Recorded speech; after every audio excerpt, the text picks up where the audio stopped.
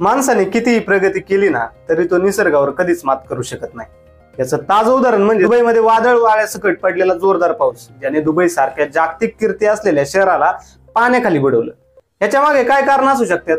Dubai सारख्या वाळवंटात अचानक एवढा पाऊस पडण्याचं नेमकं कारण काय, बघूया आजच्या व्हिडिओमध्ये। मी जसं सुरुवातीला म्हटलं तसं आपल्या आर्थिक हव्यासपोटी पैसा मिळवण्याच्या नादात आपण माणसांनी निसर्गाची जी काही वाट लावलेली आहे त्यानेच हे सगळं आजकाल घडतंय। बरं, निसर्गात एवढी ताकद तर नक्कीच आहे की तो पृथ्वीवरच्या प्रत्येक माणसाच्या आणि प्राण्यांच्या ज्या काही मूलभूत गरजा आहे तो निसर्ग भागवू शकतो, पण ह्याच माणसाची हाव हा निसर्ग भागवू शकत नाही, किंबहुना तो सहनही करू शकत नाही।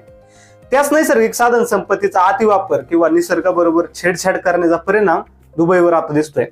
दुबईच्या रस्त्यांवरचे व्हिडिओ तुम्ही बघितले असतीलच। दुबईमध्ये 15 एप्रिलच्या रात्रीपासूनच पावसाला सुरुवात झाली होती। दुबईमध्ये वर्षाला सरासरी 95 मिलीमीटर पाऊस पडत असतो, जो की आपल्या इथल्यापेक्षा तरी कमीच आहे। पण 15 एप्रिलच्या रात्रीपासून दुबईमध्ये 140 ते 160 मिलीमीटरच्या दरम्यानचा पाऊस पडला, जो की 1949 नंतर पडलेला सर्वात मोठा पाऊस आहे। याचा अर्थ वर्षात पडणारा पाऊस 24 तासाच्या आतच पडला होता।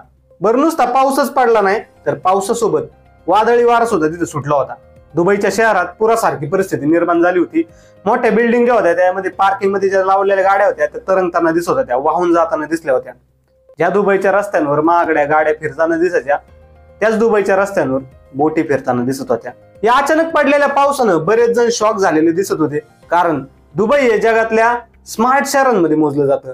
सोबत तिथल्या हाय टेम्परेचर साठी दुबई हे फेमस आहे। जगातल्या मोठमोठ्या श्रीमंत लोकांचं नटनट्यांचं आपण रील्सवर बघत असतो, हे आवडतं शहर आहे। पण तिथंच या अवकाळी पावसानं थैमान घातल्यामुळे अक्षरशः पार्किंग मध्ये पाणी घुसून गाड्या तरंगताना तिथं दिसतात। ते घरांमध्ये, शॉपिंग मॉल मध्ये पाणी शिरलेले आहे। पूर्ण शहरात ट्रॅफिक जाम होऊन बसलेलं आहे।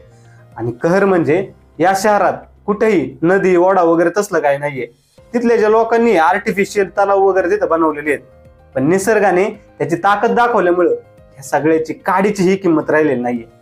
दुबई हे शहर फक्त वाळूवर आणि चिखलावर उभं केलं गेलेलं आहे। त्याच्यामुळं पावसानंतर उघड्यावरचा चिखल आणि वाळू वगैरे दिसत असत त्या ठिकाणी जाणं टाळण्याचं तिथल्या गव्हर्नमेंटने लोकांना सांगितलेलं आहे। पण मग दुबई सारख्या वाळवंटात असलेल्या शहरात पाऊस पडण्याचं, बरं नुसता पाऊसच नाही तर महापूर येण्याचं कारण काय आहे तर ते सांगतो। तर वाळवंटात पडणारा पाऊस अनेक वेळा हंगामी हवामान बदल किंवा इतर हवामान प्रणालींमुळे उद्भवू शकतो। कमी वेळात जास्त पाऊस पडल्यामुळे तिथं पूर परिस्थिती निर्माण होती। दुबई मधल्या मुसळधार पावसाचं कारण क्लाउड सीडिंगला सुद्धा दिलं जातं। तिथल्या प्रशासनानं सलग 2 दिवस क्लाउड सीडिंग साठी विमानं हवेत उडवली होती। आता क्लाउड सीडिंग काय असतं तर कृत्रिम पाऊस पाडणं, आणि ह्या 2 दिवसात 7 वेळा विमानातून क्लाउड सीडिंग करण्यात आलं होतं। शास्त्रज्ञांच्या मते क्लाउड सीडिंग मुळेच निसर्गात आपण छेडछाड करतोय असं त्यांचं मत आहे, आणि म्हणून क्लाउड सीडिंग मुळे पाऊस तर पडू शकतो, शिवाय बाकीचे जे काही एन्व्हायरमेंटल प्रॉब्लेम्स आहेत ते सुद्धा ह्याच्यामुळे ओढले जाऊ शकतात। आणि असल्या वाळवंटी भागात पूर येण्यामागे अजून एक कारण असं की पावसाचं तिथं आधीच मुळात पावसाचं प्रमाण कमी असल्यानं नदी वगैरे तिथं काय नाहीये, आणि जरी असल्या त्या तरी सुद्धा हंगामी स्वरूपाचे आहेत। पाऊस पडल्यावरच तिथल्या नद्या, ओढे वगैरे ते वाहायला सुरुवात करतात। त्याच्यामुळे पाऊस तिथं आधीच कधीतरी पडतो, म्हणून पाणी वाहून येणारी जी सिस्टीम आहे, ओढा, नाला, नदी वगैरे यांच्या मेंटेनन्स कडे तिथं लक्ष वगैरे काय दिलं जात नाही। मग कधीतरी अचानक असा जोरात पाऊस पडतो आणि पुढचा प्रॉब्लेम होतो। वाळवंटात पूर येण्यामागचं आणखी एक कारण म्हणजे तिथं झाडं झुडपं कमी आहेत।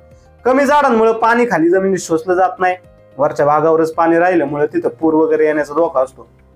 बरं, हे फक्त दुबईमध्ये झालंय का तर असं नाहीये। आपल्या भारतामध्ये राजस्थानच्या भागामध्ये हवामान बदलामुळे वाळवंटात सुद्धा काही ठिकाणी पाऊस पडला होता। त्यावेळी थारच्या वाळवंटात पाऊस पडल्यामुळे बारमेर आणि जैसलमेर सारख्या शहरांमध्ये काही वर्षांपूर्वी पूर परिस्थिती निर्माण झाली होती। एवढंच नाही तर वाळवंटात पूर येण्याच्या घटना काही नवीन नाहीयेत। सौदी अरेबियामध्ये 2019 साली आलेल्या पुरात कित्येक उंट त्यात वाहून गेली होती, ह्याची नोंद आहे। मागच्या वर्षी इस्रायलमध्ये असाच रेकॉर्ड ब्रेक पाऊस झाला होता।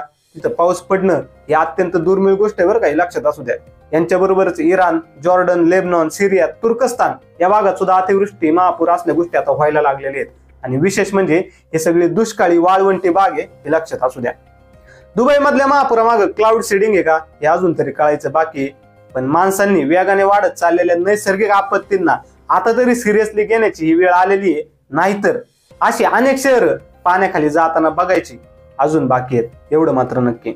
हा होता आजचा व्हिडिओ दुबई पाण्यात बुडाली या संदर्भातला। तुम्हाला हा व्हिडिओ कसा वाटला मला खाली कमेंट करून नक्की सांगा। व्हिडिओ जर आवडला असेल तर व्हिडिओला लाईक, शेअर आणि चॅनलला सबस्क्राईब नक्की करा। कारण तुमच्या एका सबस्क्राईबमुळे आपला चॅनल ग्रो व्हायला खूप मदत होणार आहे. सो प्लीज चॅनलला सबस्क्राईब नक्की करा. आता डायरेक्ट पुढच्या व्हिडिओमध्ये, तोपर्यंत तुमच्या जवळच्यांची काळजी घ्या. थँक्यू सो मच, तुम्ही हा व्हिडिओ इथपर्यंत बघितला. थँक्यू.